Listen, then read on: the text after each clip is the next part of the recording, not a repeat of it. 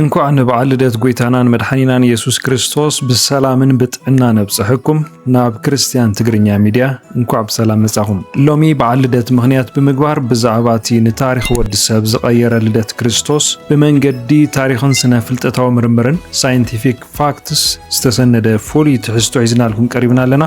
10 ሕቶታትን መልስታትን ክነቕርበልኩም ኢና። ክሳብ መወዳእታ ምሳና ጽንሑ። ስነ ከዋክብቲ ወይ ከዓ አስትሮኖመርስ ነታ ኮከብ ቤተልሔም ተባሂላ እትፍለጥ ብምንታይ ይገልጽዋ? ተወርዋሪ ኮሜት፣ ምውሃድ ዓበይቲ ፕላኔታት፣ ወርሒ ንፀሓይ ክትጋርዳ ኸላ።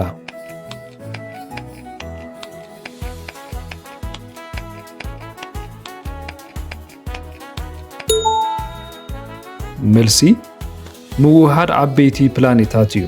ስነ ጥንታውያን ወይ ከዓ አርኪኦሎጂስት ኣብ ናዝሬት ካብ ዘካየድዎ ኳዕቲ ኣብ ቀዳማይ ክፍለ ዘመን ናዝሬት ክንደይ ዝኣክል ህዝቢ ነብራ ከም ዝነበረ ይግምቱ። ካብ 200 ክሳብ 400 ልዕሊ 50,000 10,000።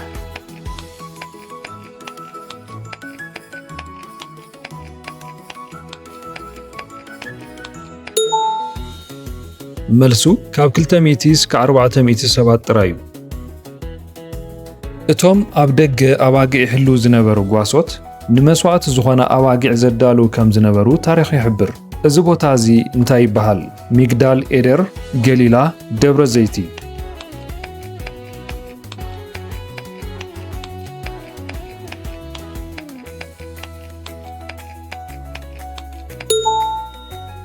መልሱ ሚግዳል ኤደር እዩ።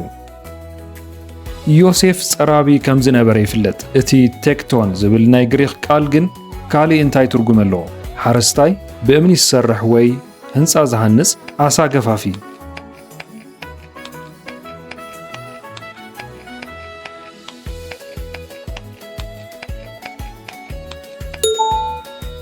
መልሱ ብእምኒ ዝሰርሕ ወይ ህንፃ ዝሃንጽ እዩ።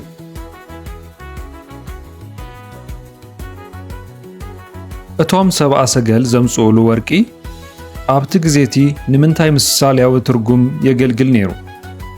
ንንግስና፣ ንክህነት፣ ንጥዕና።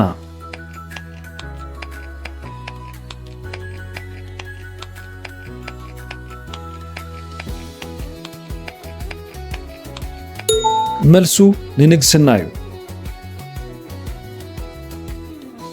ኣብቲ ግዜ ልደት ክርስቶስ ኣብ ምብራቕ ዓለም ዘገርም ብርሃን ከም ዝተረኣየ ዝገልጽ ናይ ቻይናውያን ሰነድ ኣሎ። እዚ ሰነድ እዚ እንታይ ይበሃል?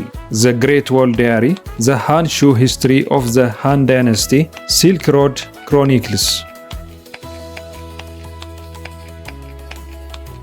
መልሱ ዘ ሃን ሹ ሂስትሪ ኦፍ ዘ ሃን ዳይነስቲ እዩ።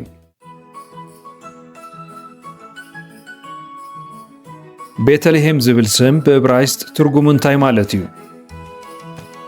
ገዛ እምነት፣ ገዛ እንጀራ፣ ገዛ ሰላም።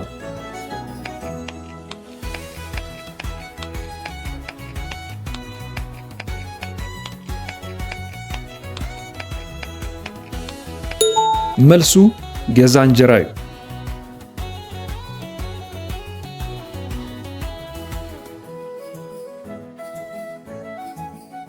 እታ ጎይታ ዝተወለደላ ቤተልሔም ካብ ኢየሩሳሌም በኣንፈት ደቡብ ክንደይ ርሕቐት ትርከብ?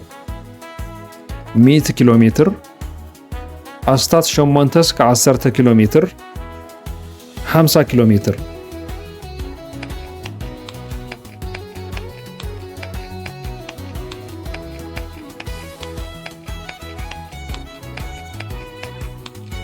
መልሱ ኣስታት 8 ክሳብ 10 ኪሎ ሜትር እዩ።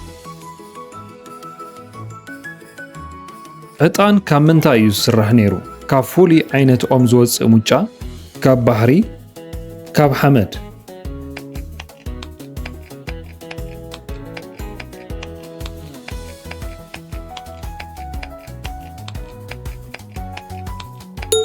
መልሱ ካብ ፍሉይ ዓይነት ኦም ዝወፅእ ሙጫ እዩ።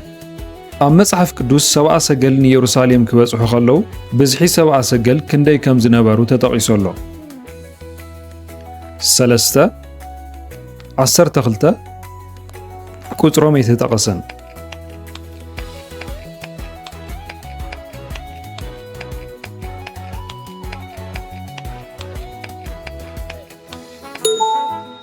መልሱ ቁጽሮም የተጠቀሰን እዩ። ክቡራት ተኸታተልቲ CTM እንደገና እንኳዕ ንበዓል ልደት ኣብፅሕኩም እናበልና እዞም ሕቶታት ብዛዕባ እቲ ጭቡጥ ታሪኽ ልደት ክርስቶስ ዘለኩም ፍልጠት ከም ዘዕብዮ ተስፋ ንገብር። እቲ ቃል ስጋ ዝኾነሉ ታሪኽ ንጽውጽዋይ ዘይኮነስ ኣብ ግዜን ቦታን ዝተፈጸመ መለኮታዊ ፍጻመ እዩ። ነዚ ቪድዮ እዚ ንኻልኦት ንምክፋል ወይ ከዓ ሼር ንምግባር ኣይትረስዑ። ንሎሚ ኣብዚ ክነብቅዕ ኢና። ሰላም ኣምላኽ ምስ ኩላትና ይኹን።